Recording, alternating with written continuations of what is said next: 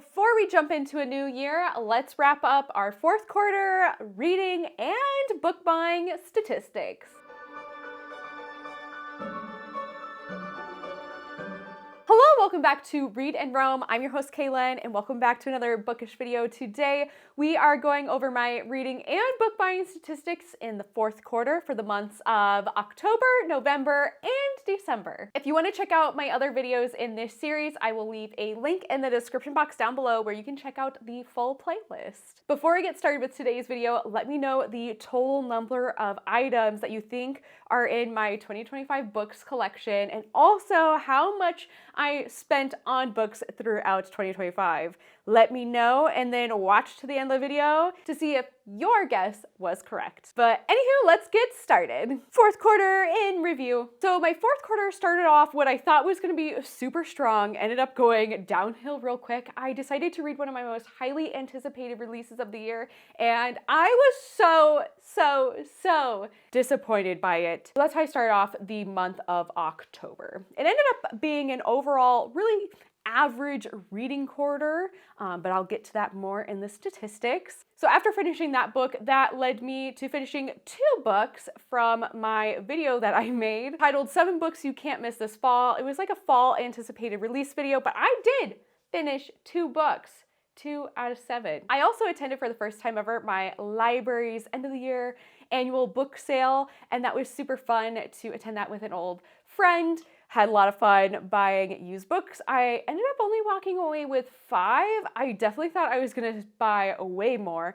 Whew, that was a plus. And then I just kept buying more and more books throughout the quarter. I went up to Madison, Wisconsin to visit Books for School, which I got a bunch of books really cheap. So I was super excited about that. I also went to the book deal and got some used books there, which then I ended up buying the rest of the Vampire Academy series, and I was like, maybe someday I'll finish this. And last but not least, I filmed one of my favorite videos of 2025, and that was my spooky Little Free Library bingo card, where I went and visited Little Free Libraries, checking off items on my bingo card. So if you haven't checked that video out, I highly recommend. And at the end of the year, I wrapped up with wrapping up books like Blind Date with a Book style and dropping them off to Little Free Libraries to spread Christmas and holiday cheer. So now that I caught you up on the fourth quarter in review, let's head into libib.com so I can show you what my collection looks like now.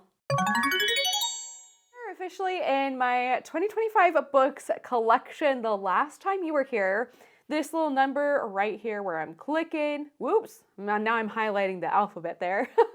But now it says 109. The last time I was here, back at the end of the third quarter, this number was 74 items. So in the meantime, I have added 35 items to this collection. And I did a lot of book buying in the fourth quarter, so that is to be expected since I added 35 books. Not much has kind of changed up here in the A's. However, I did find All of Us Villains at a Little Free Library recently, and I can't wait to read that.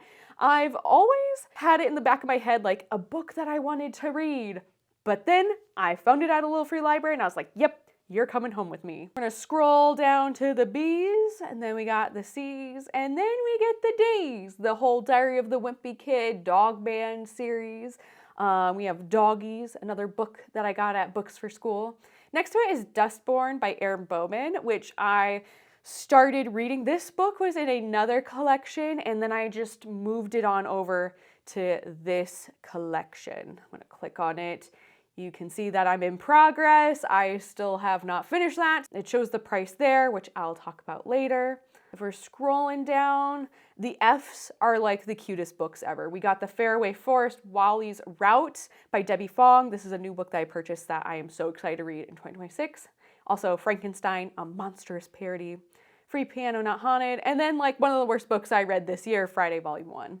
Kind of just like scrolling along. I want to get to, you know what, I'm gonna go up to the top and I'm gonna show you if you are looking for a specific title name. I'm looking for Vampire Academy, so I'm gonna click the V right here and it'll load all the V titles. And the reason why it says Shadow Kissed and Blood Promise, but it doesn't say Vampire Academy at all, is if you click on the book, and I can click edit here. Next to title, there's this like little page icon thing, and if you click that, you can use the title sort override. So I have Vampire Academy 3. So then it's all lined up together. Let me show you. Yeah, it's all lined up together in order of the series. So we got Shadow Kiss, Blood Promise, Spirit Bound, and Last Sacrifice. So that's what my collections look like. Let's move on to my reading statistics. Now let's talk about my reading statistics for the fourth quarter. So it wasn't the best of times, it wasn't the worst of times. Was I expecting to read more during the fourth quarter? Absolutely. I thought I'd get more reading done during the months of October and November. And December, I always kind of enter this like reading slump era. But I wasn't slumpy, I was just busy sewing everyone's Christmas gifts. But since I've been sewing all the time, I haven't been reading as much. Here are the books that I am currently reading and the books that I read. So first up, the books I'm currently reading. We have Dustborn by Erin Bowman. I'm at page 211. I started off reading the physical copy, but then I switched to the audiobook when I was sewing. The audiobook is perfect because in the story, we're doing a lot of walking around this dystopian desert Mad Max land, and hopefully I can finish this in 2026. Next up, another book that I started like 2 days before the end of the year, which obviously that finishing this before the end of the year did not happen, but we have Lily the Thief by Jan Kukanowen. I'm definitely enjoying this so far. I have made it to page 42. And last but not least, I got to page 38 of Diary of the Wimpy Kid, No Brainer. Next up are 4 books that I started this year that I did not make any progress in, but I still want to mention that I'm still reading them. I haven't DNF'd them yet. First one is Can You Survive the Zombie Apocalypse by Max Brailer. Riley Sager's With a Vengeance. The Inheritance Games by Jennifer Lynn Barnes. And last but not least, my Twilight reread by Stephanie Meyer.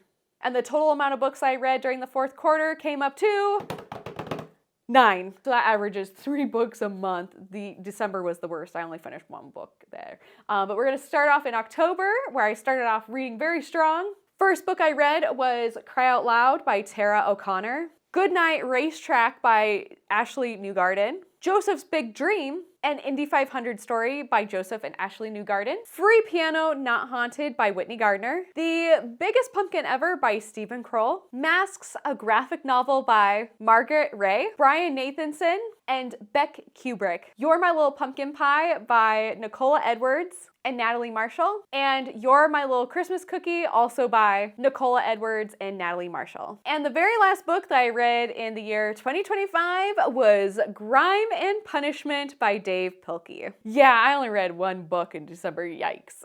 Next up is pages that I read per quarter. It wasn't the worst quarter because the second quarter is still the worst, but I ended up reading 1,412 pages. The shortest books I read was You're My Little Pumpkin Pie and You're My Little Christmas Cookie. Those both had 18 pages. And the longest book that I read was Cry Out Loud by Tara O'Connor, coming in at 256 pages for an average of 157 pages per book. Next up is books that I read that I own versus the library loans, and I read a total of 3 books that I owned, and I did loan 2 books from the library. The other 4 books that I read throughout the month, I read on the spot, and I didn't own nor lend from the library. Next up is format of the books. The books that I finished were either in paperback or hardback, and I read 3 books in paperback and 6 in hardback. Next up is published year. I read 1 book in 1993, 1 book in 2018, 2020, 2021, 2024,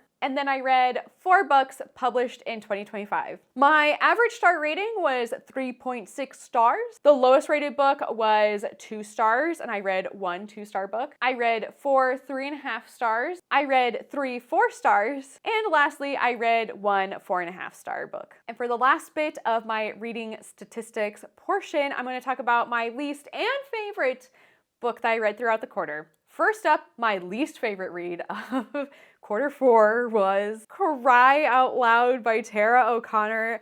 I was really hoping this was going to be an awesome, spooky, terrific horror YA graphic novel as it was pitched. I got anything but that. Earlier this year, I ended up reading Hunger's Bite by Taylor Robin, and this book was absolutely spooky and terrifying, and I loved it. And so I had the same type of hope and expectations as this book going into this book, and this book just fell flat for me. In the description, it says it's supposed to be a spine-chilling YA horror graphic novel, and I thought it was anything but that. I didn't think it was that spooky, that scary, that terrifying. The evil villain, it wasn't even evil and villainous enough. I wanted to really like it for being horrifying and terrifying, but when it wasn't that terrifying, I was like, ah, shucks, the potential is gone. So I ended up rating this 2 out of 5 stars. And my favorite book that I read throughout the 4th quarter was Free Piano, Not Haunted by Whitney Gardner. I absolutely loved this book. I love everything that Whitney Gardner puts out. And this is about a girl named Margot who finds an abandoned synthesizer that is labeled not haunted, but it is indeed haunted. And so our main character is trying to get the admiration of her dad and trying to be social media famous. I ended up rating this 4.5 out of 5 stars. Now that I'm done talking about my book stats, let's head back on over to libib.com and talk about my book buying stats. We are back in my 2025 books collection. Let's head on over to the left-hand side to the dashboard section.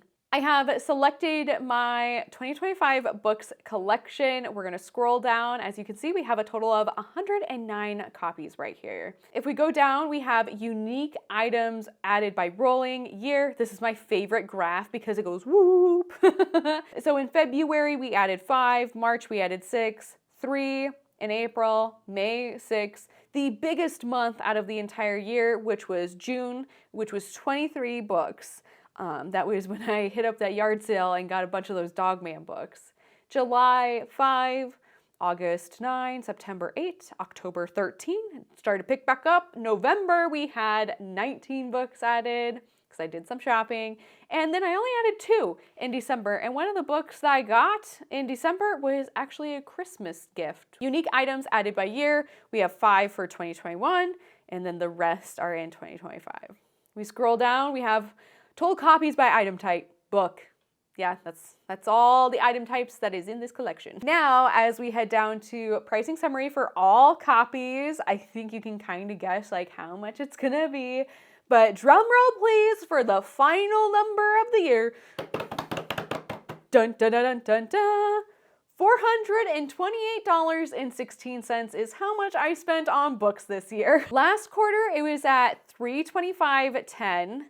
But I did move a book over, which was Dustborn, from one collection to this collection, and that price was already added in there, even though I didn't purchase it this year, and that came at $16.19. So I subtracted that for the quarter, which I would have spent then $86.87 on books for the 4th quarter, which brings a grand total of $411.97 is the total number that I spent on books for this year. Let me know in the comment section down below if you were on point for the number of books in this collection and if you were close to how much I spent on books this year. I'm hoping to keep it under this number for next year.